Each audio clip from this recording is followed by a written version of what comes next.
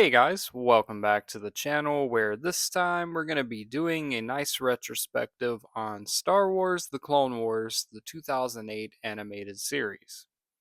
Now, this is a show that really started with a movie that was really 3 episodes or so that were kind of thrown together and marketed as a big feature film, but be honest, I've gone back and rewatched that movie very sparingly.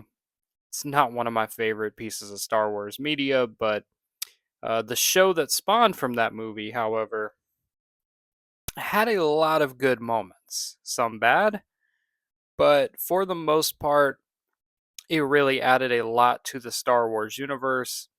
And today I just want to talk about the good and the bad of the Clone Wars, because there were some creative decisions that I do not agree with, but there were some things that really, really enriched the universe that we knew, and really added a lot of context to the Clone Wars and specifically the clones. But we're going to get into that. So, we're going to start off with some of the more controversial decisions or things that I may not have agreed with at the time, some of which I've really warmed up to over the years, and others that I still kind of disagree with. And starting off is the tone.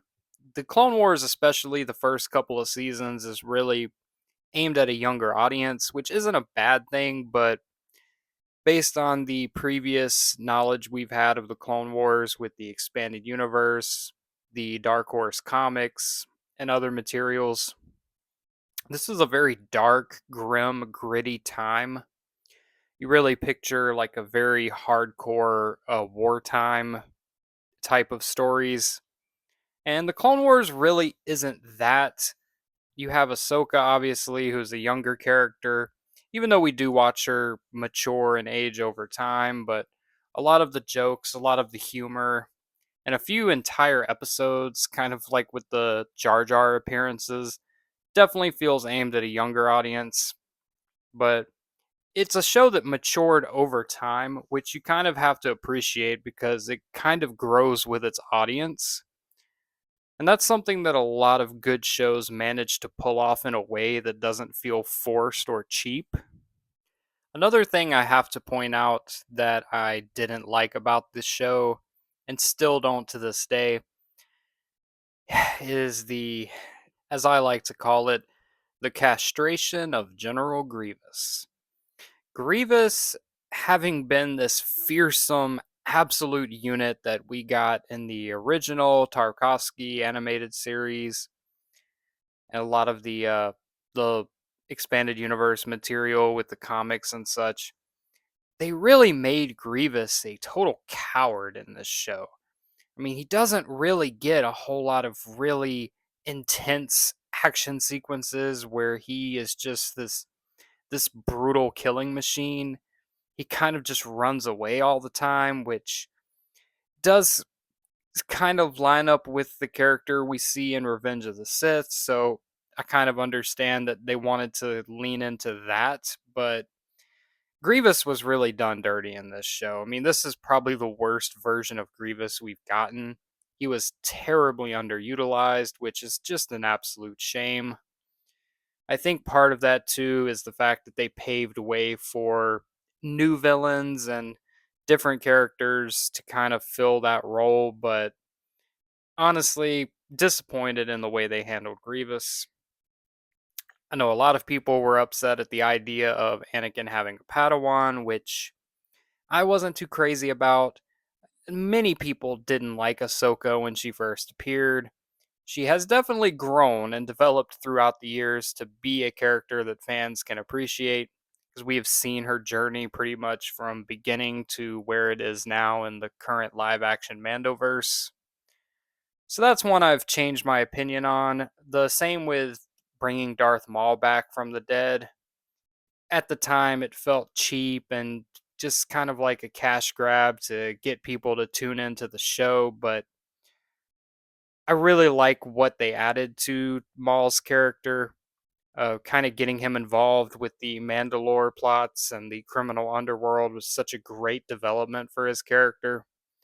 as well as the fact that Sam Witwer brought a whole new element of performance to Maul. We wouldn't have the classic meme of him yelling Kenobi in this fearsome voice so many times without his appearance in the show. So that's another one I warmed up on. Something else I didn't like is that they changed a lot of the elements of certain characters from the previous expanded universe, which when you make things non-canon, you do have a right to do. But bringing back characters and giving them very limited moments to shine or cheap deaths, like Evan Piel, the Jedi Master, who had a whole storyline in the original expanded universe where he survived Order 66 and was hunted down later. He's brought back and kind of killed off in a little mini story arc here, which is a great arc. The Citadel arc is fantastic. But things like that and the underutilization of characters like Opa Rancisis and Quinlan Voss that were like huge players in the original expanded universe Clone Wars, very limited roles here. Again, I think there was more of an emphasis on the main cast with Obi-Wan and Anakin and Ahsoka. Even though you did see the other Jedi here and there, Ayla Secura, Kiadi Mundi, they would get episodes, but I feel like that leans into a whole different problem where the Jedi outside of the main cast were kind of used sparingly, which I think this show would have been an opportunity to really give them a lot more to do. Wasn't a fan of Barra Sophie becoming a villain.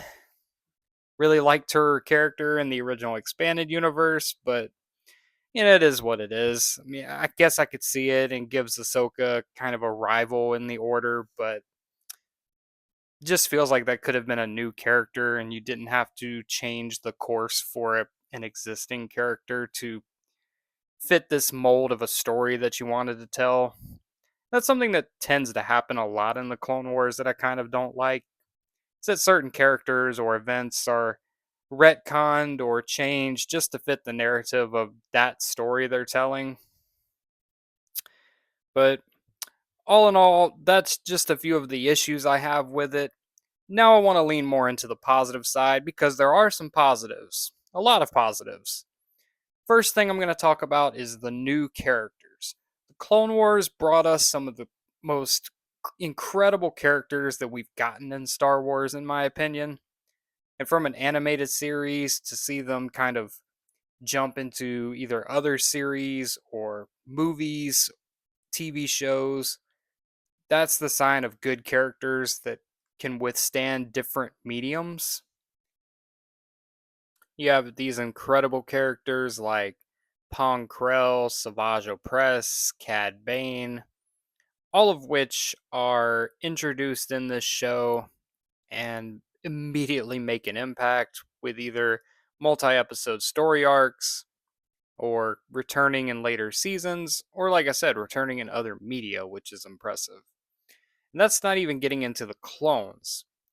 Captain Rex, an incredible character, further development for characters like Commander Cody, Commander Fox.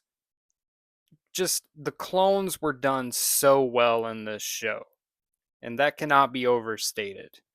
You have these essentially mindless drones that appear in Attack of the Clones, where they're kind of all the same. Obviously, them being clones, you expect they're all going to be carbon copies of one another and just kind of like cannon fodder. But this show takes the time to give them all unique personalities. You see the different armor designs of the different units and legions, as well as the commanders all having their own style, and especially the way that the commanders take on the traits of their Jedi generals, I always thought was really cool. You have Commander Cody, who is a lot more serious and pragmatic, as opposed to Rex, who is more willing to take risks and have a more adventurous side, like Anakin. Just a really good dynamic.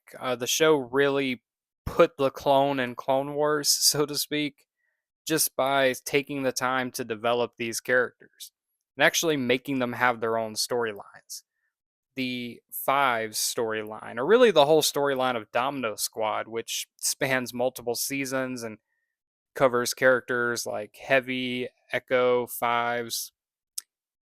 It's a great story arc, and it really kind of speaks to what the clones are, who they are, and what they represent in the grand scheme of the universe. I like some of the obviously season 7 has some amazing visuals. There's great lightsaber duels in this series. The duel between Ahsoka and Maul on Mandalore in season 7 is one of my favorite duels in all of Star Wars. It's just amazingly done for the limitations that animation does present. And they used some mocap and they brought Ray Park back for Maul, which I thought was an incredible decision. And it worked out very well in the end. Another thing I appreciate about the Clone Wars is really Obi-Wan and Anakin. Not only their interactions and their banter with each other, but even as individual characters, they get decent development in this series. You see Anakin kind of becoming that more mature Jedi. You learn more of Obi-Wan's past with the Mandalore situation with the Duchess of Satine. It's it's interesting that you can take already established main characters that have 3 full movies essentially developing them and give them further development in a story between stories, so to speak. But that speaks to the Clone Wars in general. This was the time period where that brotherly bond was meant to be formed between them. So it's really cool to get that kind of come to life on screen. I did like some of the early foreshadowing of things like Order 66, Darth Sidious. These are characters that we really get to see in key moments in the films, that we kind of get to see them having their own little side quests or missions, just things that really enrich and add depth to their characters. So, all in all, there's more I could talk about, but I think we're going to wrap it up here for now. We'll probably cover more of the Clone Wars in future videos, but these are just some of the highlights and lowlights as far as things I liked and things I didn't like.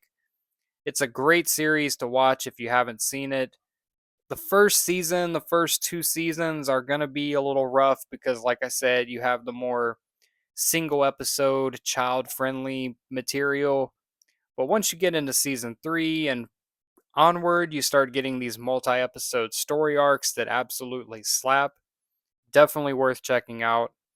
And yeah, that's going to be it for the video. I appreciate you watching. Let me know your favorite episode or your favorite character from the Clone Wars in the comments. Hit that subscribe button if you're not subscribed already. Don't want to miss out on any of our content. And as always, may the force be with you. Now let's blow up that like button and go home.